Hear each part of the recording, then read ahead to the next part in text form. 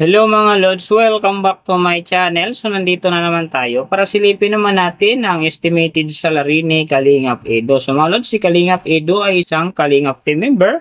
So isa din siyang charity vlogger. So supportahan natin ang kanyang channel kagaya ng pag-support natin sa lahat ng Kalingap team. Pero syempre mga Lods, huwag niyo rin kalimutan na i-support ang kanyang love team, yung HC Love Team. And then syempre, isama niya na sa pag-support ang aking channel. So mga Lods, kung bago pa kayo sa aking channel, pakiclick naman ang subscribe natin. And then syempre, pakipost na rin ng notification bell para lagi kayong updated sa ating video. So ano pa ba ang hinihintay natin mga Lods? Let's go!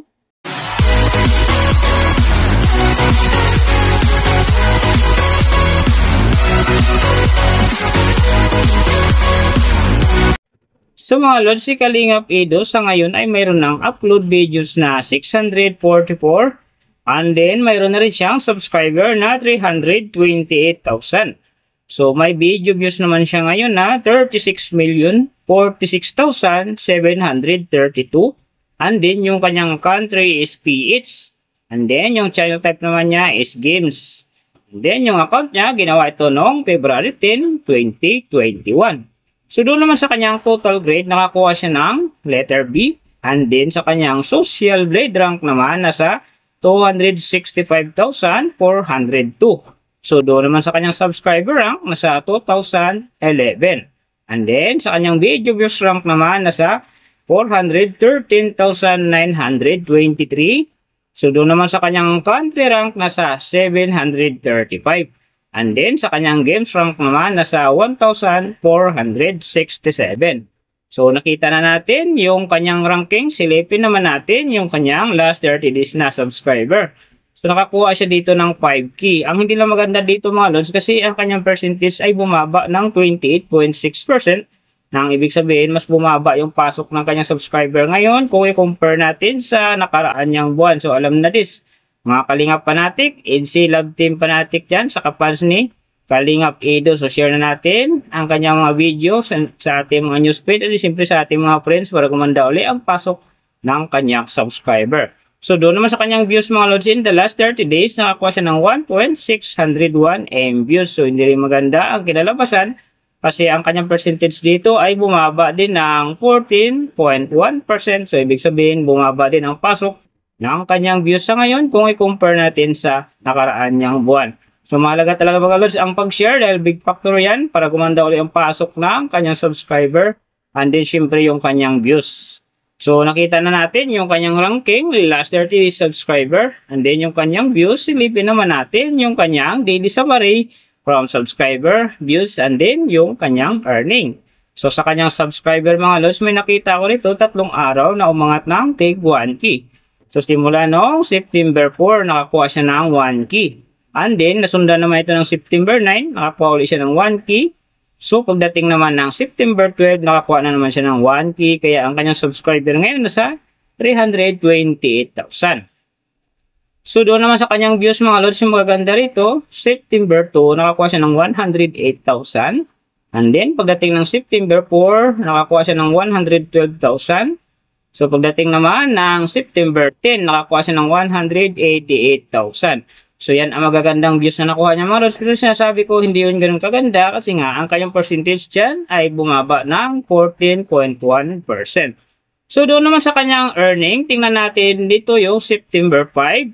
So, sa kanyang low estimated, nakakuha siya ng 0.84 US dollars. And then, sa kanyang high estimated naman, nakakuha siya ng 13 US dollars. So, ang mga naman mga Lods, daily summary lang yan. Mas maganda kung silipin natin yung naka-round off na from daily, weekly, and monthly para malaman na natin kung magkano na ngayon ang estimated salary ni Kalingap Edo dito sa YouTube. So, unahin natin yung kanyang daily average. So, sa daily subscriber, nakakuha siya ng 167.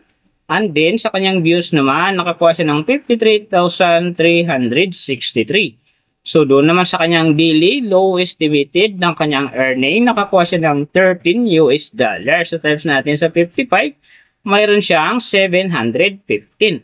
And then, sa kanyang daily, high estimated naman ng kanyang earning, nakakuha siya ng 213 US dollars. So, times natin sa 55, mayroon siyang 11,715. So yan mga lods ang kanyang daily average. So pupunta naman tayo sa kanyang weekly average.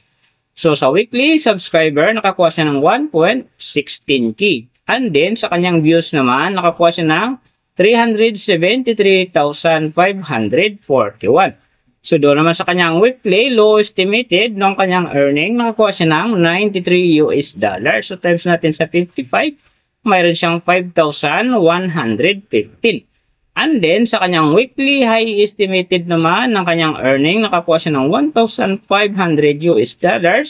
So times natin sa 55, mayroon siyang 82,500. So yan naman mga lods ang kanyang weekly average. So pupunta naman tayo sa kanyang monthly average. So sa monthly subscriber, nakakuha siya ng 5k. And then sa kanyang views naman, nakakuha siya ng 1,600,861. So doon naman sa kanyang monthly low estimated ng kanyang earning, nakakuha siya ng $400 US. So times natin sa 55, mayroon siyang 22,000. And then sa kanyang monthly high estimated naman ng kanyang earning, nakakuha siya ng $6,400 US. So times natin sa 55, mayroon siyang 352,000. So yan naman mga lods ang kanyang monthly average. And then yung nababanggit ko rito or nakikita nyo is pawang estimated lamang yan, nakabis lang tayo sa Social Blade website. Isang public website na kahit sino pwedeng mag-open para malaman kung magkano na ang estimated salary ng ating mga iniidolong YouTuber, vlogger, or influencer. And then mga lods, like ko sinasabi, palaging natutupad dyan yung low estimated kasi nga hindi talaga natin kayang i-demand sa ating mga viewers na huwag mag-skip ng ads. Pero pwede pa rin naman yan maging times 2, times 3, or maging times 4 o yan kapag ang isang vlogger nakapag-viral ng kanyang video. Pero simple mga lods, kung supporter ka ni Kalingap Edo, so huwag ka na mag-skip ng ads dahil bigay yan sa kanyang channel. Tsaka siyempre sa mga kababayan natin na kanya rin tinutulungan dahil siya nga ay isa ring charity vlogger. Pero siyempre mga lods, huwag nyo rin kalimutan na huwag na rin i-skip ang aking ads dahil bigay yan sa aking channel at saka siyempre sa aking mga personal na ad ikain.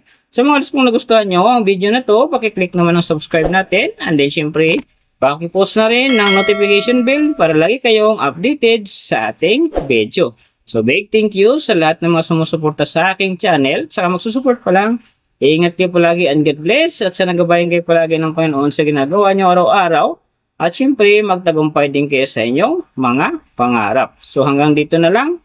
See you on my next video.